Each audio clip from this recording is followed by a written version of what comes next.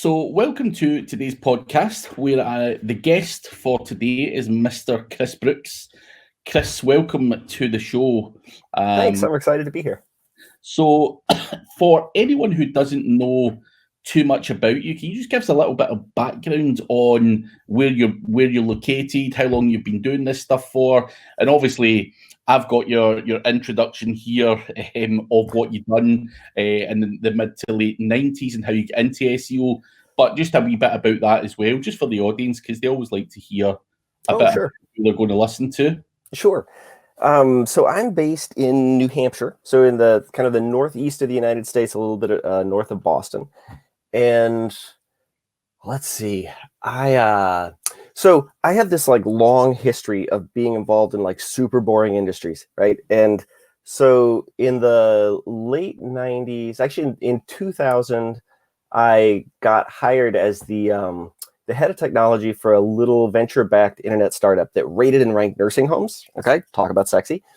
And it was at this weird time where like every qualified programmer or technologist had already been hired, because this is like the web 1.0 boom, like in 1998, 1999. And so it happened that my neighbor was the second employee at this company, and we got to talking one day, and he's like, "Wait, you're a programmer?" And despite the fact, like it is programming, right? It's like data conversion programming, which is where you get these big reels, right? That are like 10-inch reels that came from the mainframe of one company, and you like spool it up and you read the data out of it and you rewrite it into a different format. So it was very exciting. It was like the stuff movies are made of. So I jumped at the chance to like get into the venture-backed world and do that. Did that for a few years, and then I was really I always had this vision that like entrepreneurs were either wealthy or super smart, and I didn't realize they were like normal people like me. But the founder of this company had done something that I thought was really smart, which was this company at the time, it's called Care Scout, and they rated and ranked nursing homes. And what he did was he went out and he found like this niche, nursing homes, which was like a big ticket item. So like if you pay privately in a nursing home in Massachusetts, as of 10 years ago or 15 years ago, it was like 80,000 US a year, right, to live in this nursing home. So he found this niche where it's a really big ticket item. And then he went out and found data in the public domain. So like if the US government produces data, it's free for anyone to use for any commercial purpose or non-commercial purpose and that sort of thing. And then he kind of packaged up that data and sold it to people. And I just thought that was brilliant. So I started looking around for like some niche where I could do the same thing. And I had kind of three criteria. I'm looking for like, a niche that is a big ticket item that doesn't have a lot of competition, where I can find data in the public domain. And I looked at like houses, except even by like, this was 1999. Even by 1999, there were like lots of sites about houses and cars and life insurance and that kind of stuff. And I eventually came around to the fascinating world of furnaces. Okay. So if your listeners aren't from cold climates, like a furnace is how you keep your house warm. It's kind of the opposite of an air conditioner in some ways. And so I ended up launching this company in 2000, I think. Yes, it was literally December 31st, 2000, because I really wanted to put 2000 in the footer. And I launched that, and it was called furnacecompare.com. A very, very exciting company. So I kind of ran that on the side while I worked at Care Scout for a few more years. Left Care Scout, tried a little startup that I eventually sold after 2 years, and I made $60 in that business in 2 years. So that was super successful. Then we were in this weird situation where like I had left Care Scout. I had this little business, Furnace Compare, on the side that was almost making mortgage money. And so, I was like, well, I own this house and I'm not making enough money to make it. And I've got 4 kids at this point, and I'm like, okay, this is a little bit stressful. So we live in a college town, and we ended up renting our house out to a professor and going to live in Costa Rica for 6 months.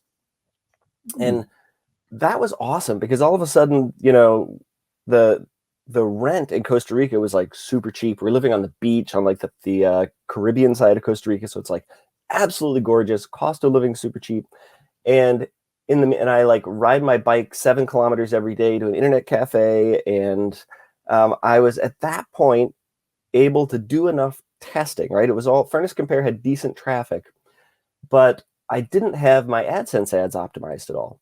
And so once I was able to start testing placement of those ads on different pages, I was able to get to the point. I'm just babbling, Craig. I'm sorry. Should I stop talking? This is like the world's longest most boring story, but all right, I'll try to wrap up. Okay. So I finally got those ads to the place where they actually made enough money that I was like, wait, we could move back to the United States. Glorious moment. So let's fast forward for a bit. So then, yeah, we came back to the States. I ran Furnace Compare for a total of 17 years. I sold it last year, which was very exciting. We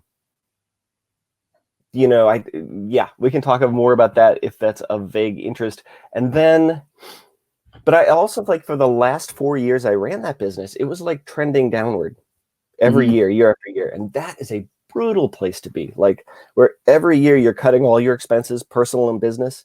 And then the next year you have to cut again and cut again and cut again. It's just a brutal place to live, for 4 years. So in December of 18, I went to this. Are you familiar with the DC, the Dynamite Circle? Yeah. Perfect. Okay. So I'm a member there. It's an awesome community. I went to the DC and I said, hey, I have this idea for a business. What do people think? Like, I'm thinking I could do done for you link building. And I would, like, guarantee that I'll get you 10 links. And, what is this a real business? Like, is this the kind of service anybody would want? And by the end of that day, I had 5 people that said, yep, I'll pay for that. And so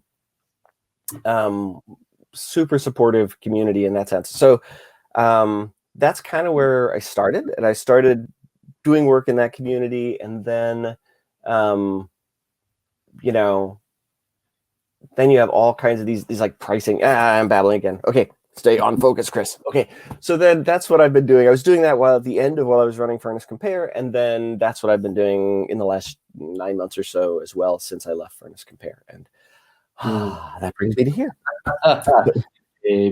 So link building is going to be the starting topic, and I've spoke about link building with a number of different people, whether it be guest posts, PBN, buying expired domain names and doing 301 redirects, and a whole bunch of other stuff. I think we even had guests on talking about super white hat outreach. So we've done all of that, but we want to talk a bit about your speciality, which is broken link building, and just a bit about what. Obviously, for anyone who doesn't know, just explain a bit about what it is. But essentially, what we want to know from someone like you is this still an effective way to build links? How do you find broken links? What tools are you using? Give us some knowledge bombs, the quick ways to do this. I know the answers to it. I know you can go to Ahrefs and look for broken links, but just if there's anything I'm missing, if there's a better other tool or whatever, we want to hear your process. So I'd love to hear a bit about that. Awesome. Okay. Thank you. So first of all, I sort of position us as this super white hat link building. So I do want to say that we only do non-incentivized link building. So that means we never, ever, ever pay for links or offer anything in exchange for links. So we aren't offering like Facebook shares in exchange for links, or, hey, well, let's set up this link swap. And it's actually an untraceable link swap that we're going to do between a couple different sites and that sort of thing. And there are lots of ways people do that. And I'm not, I don't say that I'm not being judgy about those things. They're awesome. They work. But we do, so my agency has a brand, and it is, we will never pay for links. We will never incentivize those links. So I want to be clear about that. And I think broken link building is a fantastic way to approach that problem. Okay. So broken links, right? So, the internet's been around, practically speaking, since like 1993. That's when sort of the first graphical web browser was released. And so there have been all these companies that have come and gone in that time, and even companies that are still around, they sort of they change their URL structures over time. And as a result, it might be that there was a company that was super popular 10 years ago, and it had thousands of other websites that linked to it. And then that company goes out of business, and now all those links that pointed to a page on their site or their homepage or something like that, all those links are now considered broken links, because if somebody actually clicks on that link, they're going to get some kind of error back. So that's what I mean by broken links. It can be to an entire domain. It can be that, someone had an article on their site and they removed the article for some reason, or they moved from Joomla to WordPress, and so now the URL structure changes, and they didn't quite figure out how to get the redirects right, or they got them right for 2 years, and then the redirect broke when they did something else, and they haven't realized it's broken. So there are all these ways that broken links can come about.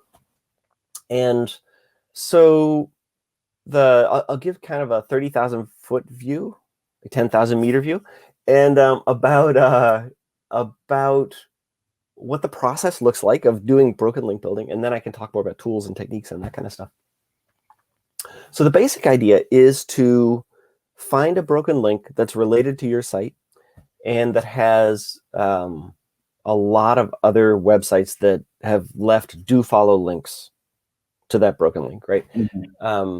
So do follow is an attribute that you can put on the anchor text, on the anchor tag in HTML, and Google and the other search engines. Do follow is not a tag. Excuse me. No follow is a tag. The absence of a no follow tag is a do follow link. Okay, sorry. So no follow is a tag that you can place. And what Google has said is that it's absolutely fine to pay for links as long as you tag those links as no follow, right? And so people sometimes say, well, Google sells links all the time because they have ads on their search engine results and that kind of thing. And so what Google's explanation for that apparent double standard is that every link is no followed that goes through AdWords or AdSense. Babble, babble, babble. Okay, so what you want to do is you want to find these broken links that are related to your site, and then that have lots of other people that are linking to them with do follow links. And then you want to create some kind of drop-in replacement for that link. And we can talk about different types of drop-in replacements.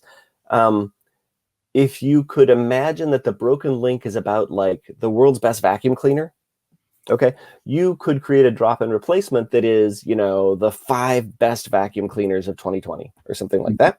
It's a very commercial topic, but you could do it, especially if you're replacing a commercial link.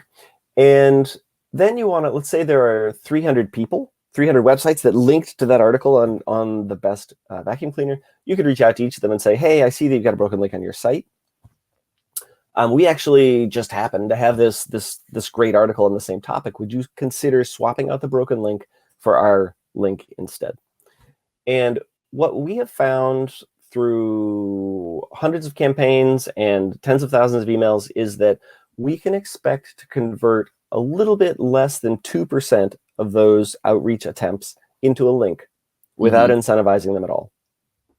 Okay, so just those links go out to, there are all kinds of reasons that you wouldn't convert, and that's how we get the 98.25 essentially percent that doesn't convert. But there are a small percentage of people that are really interested in their website providing a really good experience to their users. Broken links are a bad experience for users, and they're willing, if it's not too commercial, they're willing to, they linked. It actually solves a problem for the webmaster many times, where they've linked to something. Maybe they've quoted a statistic or something from a link, and now it's a broken link, so there's no longer a citation for that statistic. And if you can provide them with a new citation for that statistic, they're very likely being 1.75% more or less to actually swap out those links. And now you've acquired a new do follow link. So that's kind of an overview of how it works. Was that like in no, that's understandable cool. English? Okay. What I'd like to know in terms of broken links, when you're when you've got a client and they say to you, right, I want you to do link building for me, are you only looking for broken link opportunities? Do you look for broken link opportunities even if it's not their site and has nothing to do with them, but it's just relevant. So there might have been like another SEO. So for example, let's say it's an SEO company. You're going to go and look for broken links just in the SEO niche and see if we can swap out some links to point to my website. It doesn't have to be broken links that are anything to do with me, right? You can do that across the board. Yes.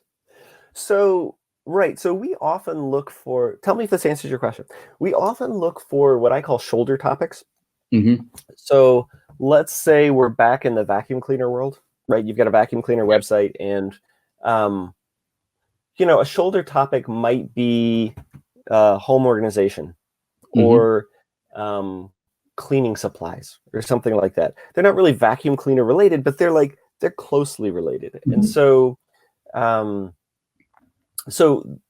the downside of broken links is it's really hard to go out and find that article with 300 backlinks to a broken link on the best vacuum cleaner.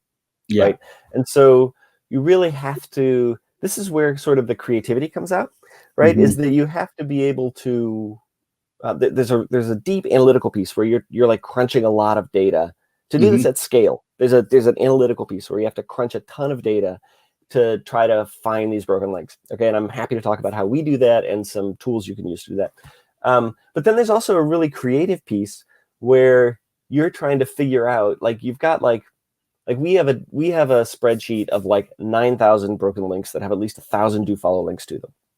Okay, and so you're like scanning through this spreadsheet and trying to figure out, is that related? Like, can I make the case that that link is actually closely related to my client's site, even though, or my own site, even though, you know, it's not about vacuum cleaners, right? Yeah. And so that's kind of fun. And if you get those little eureka moments where you're like, oh, I got it. I know how to make this connect. And that's kind of a fun moment to have.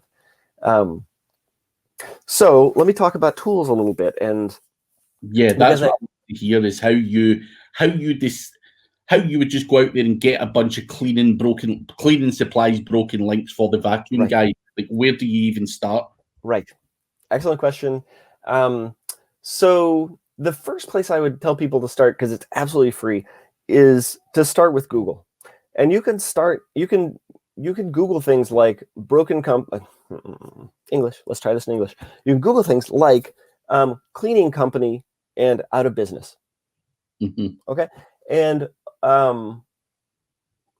there are all the time, you'll find there are directories, right? And so you can go to a directory and find a listing of 200 cleaning companies, and then have a VA do it yourself. You can have a VA go through and look for broken links out of that, right? You click on the link, or you use a tool, you know, one of the many broken link checkers that you can use inside a browser as a plugin or something like that. And you have a page with 100 links on it, and you run that little tool. And I'll try to think of the name of the tool I use for that.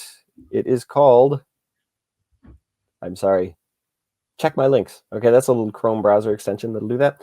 But I'm sure there are 30 of them out there. And that will show you broken links on the page. So let me talk about a few other tools, and then I want to talk about kind of what metrics you need to look for to sort of estimate that you can get a substantial number of broken links out of that. So some other tools so Google's a great place to start, where you're just looking for companies that have gone out of business. Those in general are fantastic broken link opportunities. Okay. The second tool you can use is Ahrefs, and you can sort of approach that. So Ahrefs is, I'm sure your listeners are familiar with Ahrefs, but essentially they have a crawl of the web, right? So they have their own bots that go out and they crawl the web, and they find broken links and they find good links, and they estimate the authority of different links and all that kind of stuff. And so they have sort of two different tools you could use. One of them is that you could look at like a government. So you could look at your biggest competitors, especially if you have like government sites that act as competitors, or even better, nonprofit sites that act as competitors. So I have no idea what a nonprofit site in the cleaning space would be, but you could look for like there's probably like an association of cleaning companies or something like that. Yeah. And a lot of times, you know, those companies, they're not SEOs, or those sites, they're not SEOs. Government sites, they don't think about SEO and that kind of thing. And you can go into Ahrefs, and they have a tool where you can enter the domain, and then they can show you any broken links that site has. So let's say it's cleaningsupplies.gov. Okay, that's not a real site. I made that up. But you can say, show me all the broken links on cleaningsupplies.gov. And Ahrefs can also give you an estimate of how many backlinks that broken link has. So that's one way of finding broken links. I think you can get a 7-day subscription to Ahrefs for $7 if you want, if you want to play around with these things. And then they also have a tool, I believe it's their content tool, where you can just enter a keyword like vacuum, and you can say only show me 404 links, so which is one type of broken link. And you can also put in a filter that says make sure it has at least 25 backlinks to it and that kind of thing. So there are other tools. There's another tool, I believe it's called brokenlinkbuilding.com, and it's designed for this. I'm not affiliated with them. You can just enter a keyword and they will go off and, I assume, do some crawling and that kind of thing and try to find good broken links for you. I have used that a couple of times and I love the idea. I think broken link building can often be hit or miss. And so I have never had a great hit from them, but I don't mean to say that I don't think it's useful. I think you could get a hit there, and at $50 a month or $60 a month or whatever it is, that can be valuable. I'll tell you how we do it, okay? Because we try to do it at scale, okay? And so we have a process that starts with asking our clients for like the 3 or 4 keywords that they would ideally rank for in the world. So if it's a vacuum site, it's vacuums cleaning dirt. I don't know what it is, but they have this like, at a generic level. This is not like buy best vacuum cleaner 2020. This is like what are the generic keywords that you would ideally describe this site with, that you would ideally, what would be the biggest volume keywords if you could rank .1 in Google that you'd want. Okay. Yeah. So then we take about 100 different modifiers for each of those keywords. And those would be things like site::gov, right? So the site for your listeners, the site operator says, you enter that in Google and it says, okay, show me every result from a website that ends in .gov that has the keyword vacuum in it. All right, so we might take site::gov and we might take, blogs might be another query. So then we would take those 100 different query modifiers and we'd match them up with each of our 4 keywords, right? Vacuum space site::gov, vacuum space blogs. And we have about 100 of those. I've said that 3 times now. You'd think I wouldn't have to keep repeating that. Then we take that, and that's about 400 queries for Google. We send it off to someone that scrapes Google search results. Yeah. They scrape the top 40 results for each of those 400 queries. They send them back to us in a spreadsheet. And then we've done this a couple of different ways. We're currently using ScrapeBot, which is a fantastic tool, to go out and scrape. It isn't like, let's see, 400 queries times 40 results is like 800. A whole bunch. It's like a whole mess of like URLs that come back. Okay. Yeah.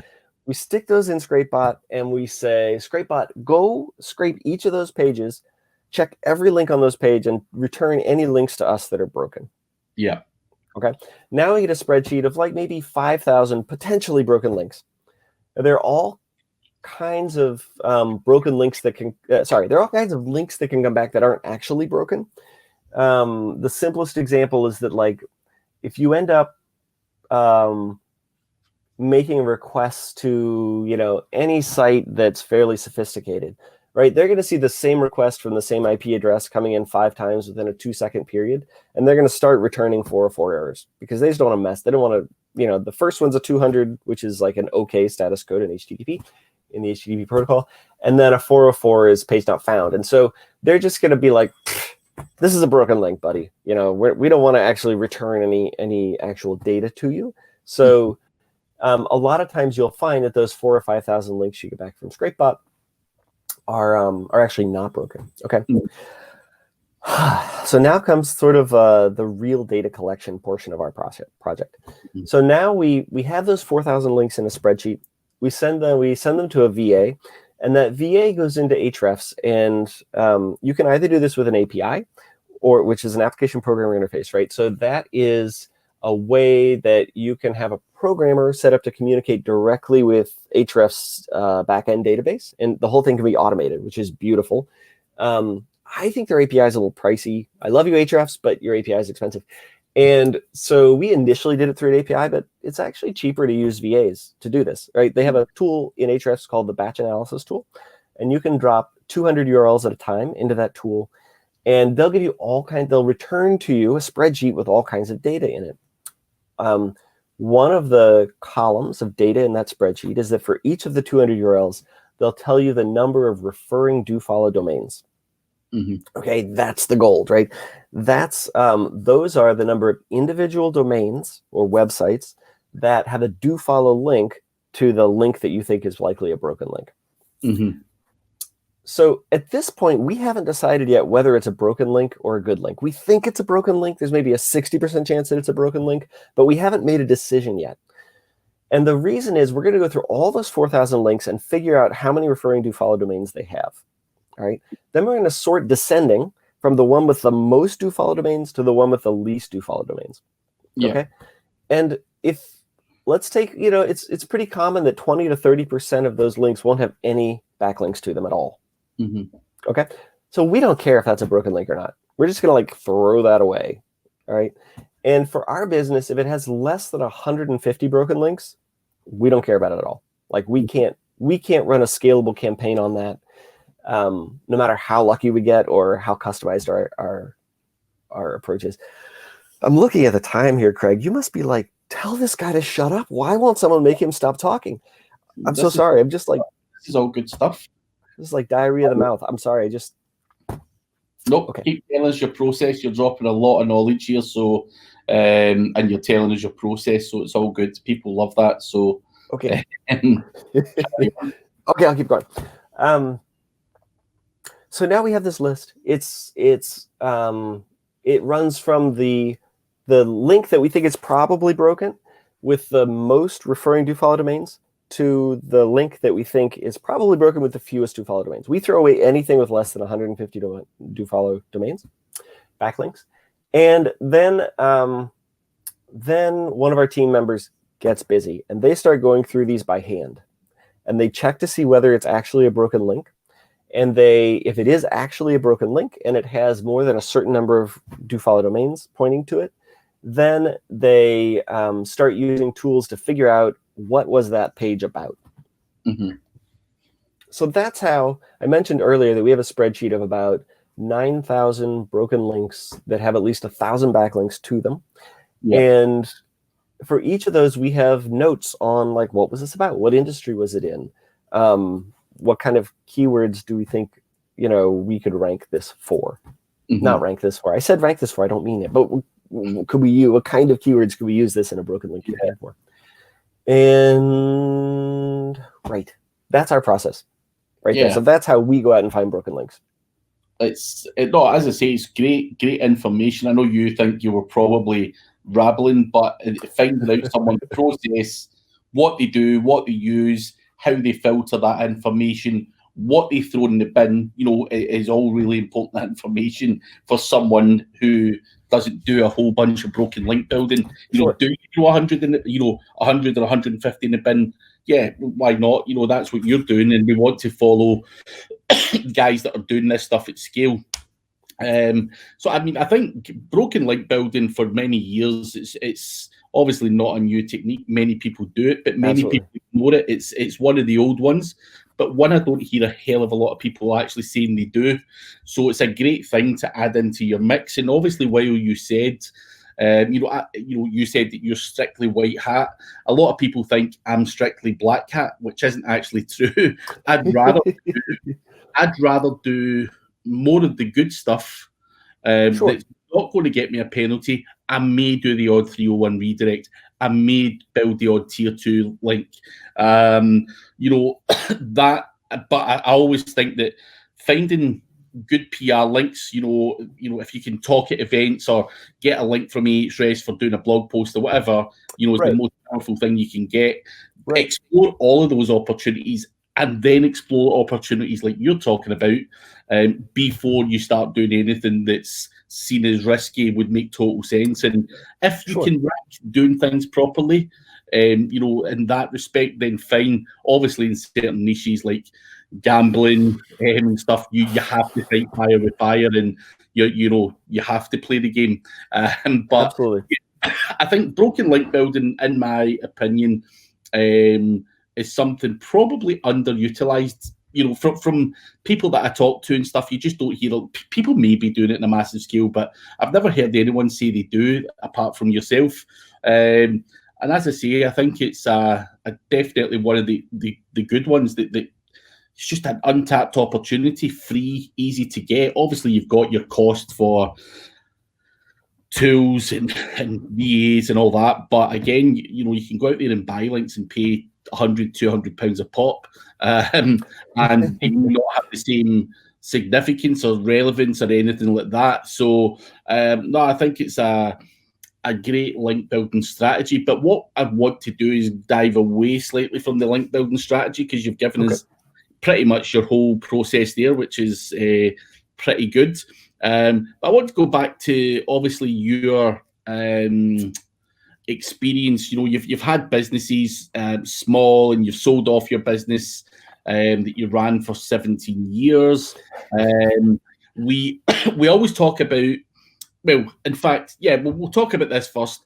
So obviously you've ran your businesses, you've been involved in businesses that have maybe not been that successful, and stuff like that along the way as well. We all make mistakes. We and as we said before, sometimes you're sitting there going, my business is falling apart round about me. It's not all staying in the best places and eating out at all the top restaurants. So you've obviously now gained a wealth of experience from doing your own stuff for the last 20 years, if you like, if not more. What kind of things, if you could turn the clock back, would you say you fucked up on, and would you advise anyone now entering the industry to not do? What is there? Even the top 3 things that you've done that you wish you could have fucking killed yourself for it. Whether that was hiring the wrong people, or being whatever. Yeah, let us know what your worst mistakes were that you want to kick yourself for. Yeah, well, so I have one that I think is just, and it's a story that it just irks me all the time, and I'll mention that, and then I'll try to get into something that's a little more repeatable. So I mentioned furnacecompare.com, and in 2010, right, this is just before the Panda update came out, I took a 40% haircut overnight from Panda. That was particularly brutal. In October or November 2010, one of the companies, this was a lead gen company, Furnace Compare, one of the companies that bought our leads came to us and said, we want to buy you out. And I thought, I don't know, I'm growing crazy numbers and the business is doing great and all that. And I said, well, let's talk numbers. And they're like, we'll give you a 7x multiple on your net revenue. And I had convinced myself that this business was going to keep doubling for the next 3 or 4 years. Mind you, this is 4 months before Panda gave me a 40% haircut. And I was like, who wants, it was enough money. This was a meaningful amount of money, I think, for if you're not a billionaire, this was a meaningful amount of money. Yeah.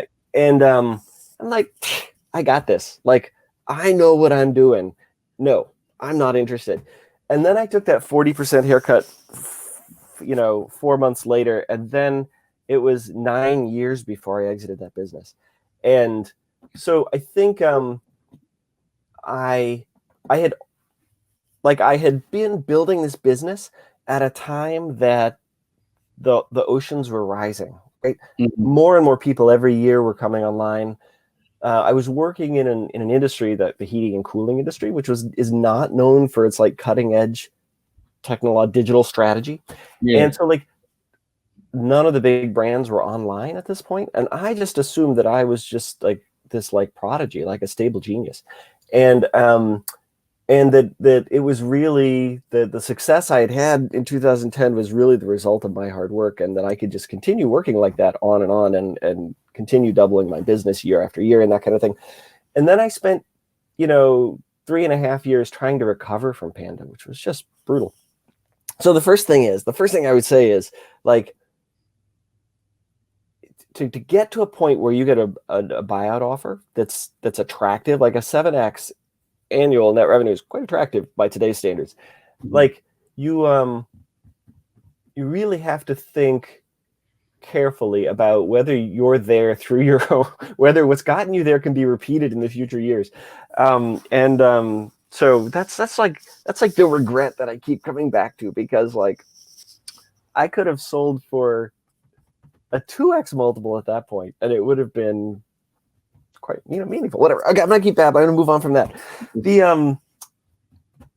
I think that the mistake that I have made most regularly, like in every business I run, and I'm continuing to make it now, to be honest, even though I work with Mads, right? So Mads does all kinds of stuff.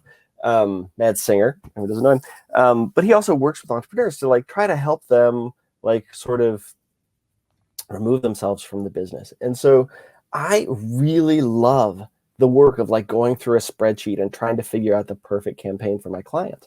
And it's kind of, or like getting on outreach. Like, I have someone that works full-time just on outreach.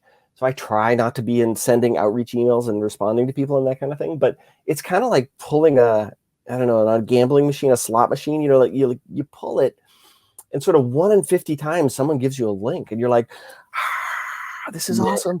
And it's addictive. Like, there's like an addictive quality to that. And I find that there's an addictive quality to, I should really never gamble, right? Because I think I could get sucked in really easily. That there's like this addictive quality to like doing small, repeatable tasks that you don't have to think that hard about. They're just like creative and that kind of thing. And so the bigger issue there that I think I do all the time is that I make myself indispensable to the business. Like, not that I have to, not that nobody else couldn't do a 10x better job than I do, but that I just, like, build myself into the process in ways that I shouldn't. And that will strangle a business. I think in every business I've run, it's either killed the business or it's dramatically slowed the growth of the business. Which is why I'm investing and trying to do it differently this time. And that may be a personality issue. Like, I think there are people that hate to be involved in the details. And that's, like, such a gift from my perspective. Like, if you hate doing the actual work of your business, like, what a fantastic gift. Like, it's easy for you to hand it off to other people. And you're like excited every time you bring someone on board that can take over that piece. If you love sweating the details in your business, it's really, you don't get a rush from doing that. You have to find other details to sweat, that are bigger picture details to sweat. And so, I don't know. Okay, that's 2 mistakes. A third. Sorry? There must be one more. Oh my gosh, there are like a million, like shiny object syndrome. So, like, so I in 2005, I started this business I mentioned before, right? It was called Talker. It was when podcasting was first coming out, and I had this, like, brilliant idea that everyone would want to listen to blog posts through a text-to-speech engine. Like, oh my gosh, this is like the coolest thing. Like, you have these things called RSS feeds, which RSS is this protocol that lets computers, like, it's one of the many protocols that lets computers swap information back and forth in machine readable formats. And so RSS was, like, new in 2005, right? And podcasting, like, iTunes hadn't come out yet. So podcasting was this, like, magical ability that you can plug your, what do they call them? Your little listening device. It's a cell phone today, but that would store music and stuff. You could plug that in overnight and it would, like, download stories. So I was thinking, like, wow, we've got all these blog posts on any topic in the world, and we have text-to-speech software that's pretty good now. This is 2005, mind you. And we'll just merge those two things, and then surely Google is about to release AdSense for radio, AdSense for audio. They had just bought this company called DMARC, which was AdSense for radio for like 100. It's probably million. I was going to say billion. It might be 100 billion, but it's probably $100 million. And so I was convinced that they'd like merge these two things. And that's the business where I earned $60 over 2 years. And like, I just stuck with it because like it was so fun. And like people were saying, hey, this is cool. But you can't eat, hey, this is cool, right? Like you need money coming in the door. Yeah. In 2017, I launched a little shiny business that was it was like Bitcoin. Like this is like when Bitcoin was going from $2,000 to $20,000. I think that was 2017. Might have been 2018. Let's call it 2018. I think it's 2018. And I came across this idea of like what do they call it? Bitcoin bounties, right? Where so people would lose their passwords. They'd have like a third of a Bitcoin sitting somewhere, and it's going from $2,000 to $20,000, and they're like, I lost my password. I can't get my Bitcoin. And so I started this little business that would like where we'd crack passwords for people, and like that again. This is gambling, okay? Like you're running like a million variations of their password, right? And every once in a while it goes ding, ding, ding, ding, ding, ding, ding, and you get the password, and you've successfully cracked their private key. And that was like super exciting. But again, like I did that for like 5 months, and I think I made $1,700 in 5 months. You know, it's just like, what are you doing? Focus. So, yeah. So listen, we've all had failed ventures and maybe not focused properly in the right ways of making money because you like gadgets, and it's not the money thing that you're doing it for. It's the the other crazy reasons that you just like that thing. But before we go, I want to ask you one last thing. And it's something you mentioned to me prior to the webinar, and the email that you sent. You do a lot of testing, and I love personally, speaking to guys that do a lot of testing. I think it's the only way to go forward in this industry. Is don't listen to necessarily what I say or Chris says. By all means, take that information, but go away and fucking test it for yourself, right? Because that's the only way you're going to learn and understand exactly how it works. What are you testing right now, or what are you finding works really well? Is there anything you can share with us out of your most recent tests that you've done that you're finding some traction with? Absolutely, sure. Well, first of all, in terms of kind of the framework, there's a really important decision you have to make when you're thinking about testing, and that is what kinds of questions can I ask that I have enough traffic that I can get a reliable answer to. Okay.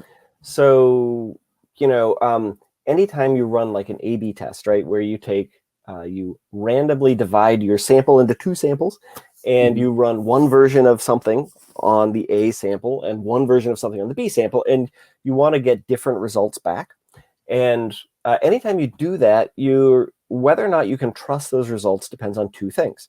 Right. One of them is how large is the sample size, and the other is how large is the difference that you observe between the 2 behaviors, one from each sample. And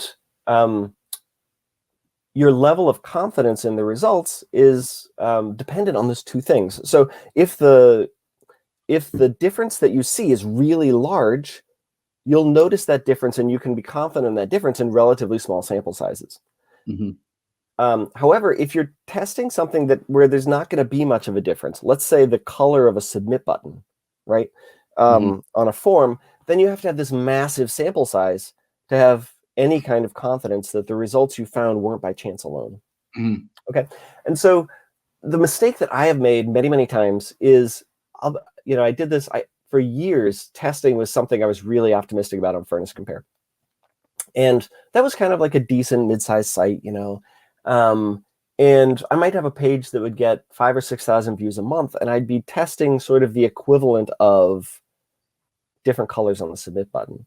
And the problem with those questions is you may notice a difference between your A group and your B group, but the odds that you can actually test, that you can depend on that difference, are very small.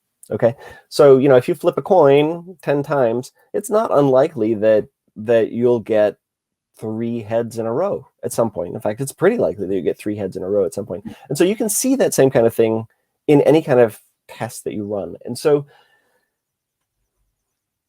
Again, I'm babbling. I apologize, Craig. So the point I'm trying to make is that, like, you have to think really carefully about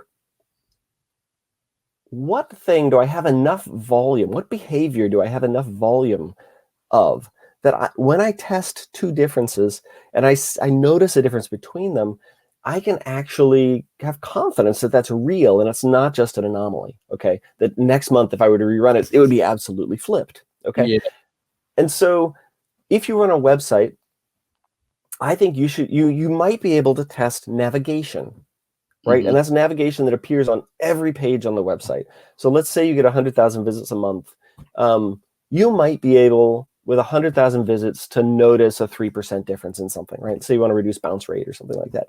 Like maybe with 100,000 visits, you can improve bounce rate by 3%. But if you've got 5,000 views of a page and you see a 3% difference in bounce rate, you can conclude absolutely nothing. Yeah. Okay.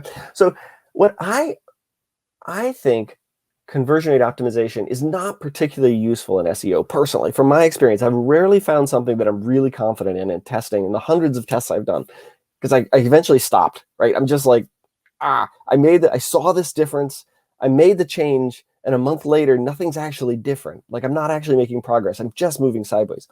So the things that I would encourage people to test are business models, Mm-hmm. monetization strategies, that kind of thing. I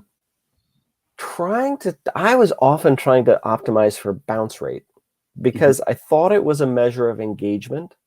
And therefore, I thought, I'm doing some link building, I'm doing content building. Sort of the third leg there is user engagement. And so if I can systematically drive down bounce rate by 3% a month,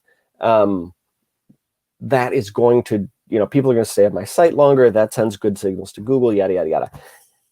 That was like dozens of hours a month for several years moving sideways, where like I get my 3% and then it doesn't work the next month. And but now I'm trying to build on it. It just doesn't work. So the kinds of things that I'm testing right now, I'm always testing business models, right? Like, what kind of guarantee should I offer? What should my pricing be? One of the tests we're running right now is that this kind of broken link building is fantastic if what you want to do is build authoritative links to your site. Mm-hmm. But if you want to build authoritative links to your money pages, this is a much tougher strategy to use for that approach. Mm-hmm. And so what I'm testing now is, can I use this approach to drive links to money pages? Mm-hmm. And, this is the 10 best vacuum cleaners of 2020, right? That's an extremely commercial page. Most people, when they get there, they know the idea is these are affiliate links to Amazon or whatever. When people get there, when webmasters are thinking, okay, do I want to use this drop-in replacement? They get there and they're like, no, I'm not gonna drive money to this person's bottom line. Like, that's not why they want to swap out a broken link. And so that's one of the things we're testing right now. Another piece that I love to test, that if you're doing sort of link building at scale can be really useful, is, you go through your outreach emails and you try to categorize the different reasons people say no. Mm-hmm. Okay. And then you try to come up with different pitches to overcome that no. All right. That's a way you can either drive your conversion rates up over time, or what I find is more natural, you can try to keep them stable over time, because there are all kinds of things that are coming together to drive down your conversion rates over time.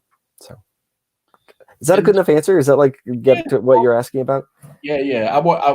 No, listen, the answer is your answer, what you're testing and what you're, we all want to know what people are testing. And right. I think, CRO, I would probably tend to agree with you.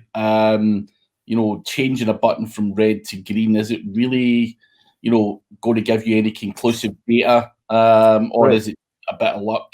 I think, as you say, testing business models or, testing something else is maybe better use of your time. But as I say, none of us know the right answers. We're all and that's the great thing about these podcasts or videos or whatever it's going to be, is that we're hearing what you think works. It doesn't necessarily mean it's right, but it just gives us food for thought. And it may just be that I completely suck at CRO. So, right, there are people out there that are like, that's exactly what I do. I improve things by 1% a month and we're killing it. So, I totally agree with you, Craig. Like, this is my experience. And, You know, people should not listen to me for SEO advice, right? And you should not listen to me for CRO advice. I do have opinions, but you know, they're like one data point out here. So, no, listen, we've all got our own stories to tell, and yeah, that is the bottom line. And I'm sure, you know, throughout this particular episode, you know, you've given us a process, you've given us some things not to do. You know, take your money and run. If you're offered a seven times more, run for the hills. Run for the hills. And you know, because it's an ever-changing environment, and you don't control it. So 7 times multiples, people run. Both hands, just grab it, no questions. As I say, and down to your the way that you do testing, your thought process on that. I think there's massive value there. Don't undersell yourself. You've given us a great amount of detail to listen to. But for anyone who has loved what you've said and maybe wants you to look at the link building, or you know, do it as a service, or you know, reach out to you just to talk to you because they love what you've got to say, where is the best place for people to find you? Yeah, so I'm very active on LinkedIn. So you can look up, I don't even know how to tell you to look me up on LinkedIn, but Chris Brookes, that's my name. But my website is cornerstonelinks.com. I think that's a spellable thing.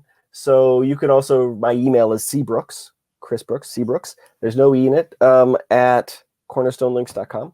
And yeah, I love talking about this stuff, right? So it doesn't have to be, we do run link building as a service for people. Happy to talk to you about that. But I just like talking about this stuff too. So if anyone wants to reach out and chat, I like that. So. Yeah, no, perfect. And it has been a pleasure to have you on, Chris. Thank you so much for having me on, Craig. I really enjoyed it. No problem at all. Thank you very much. Thank you.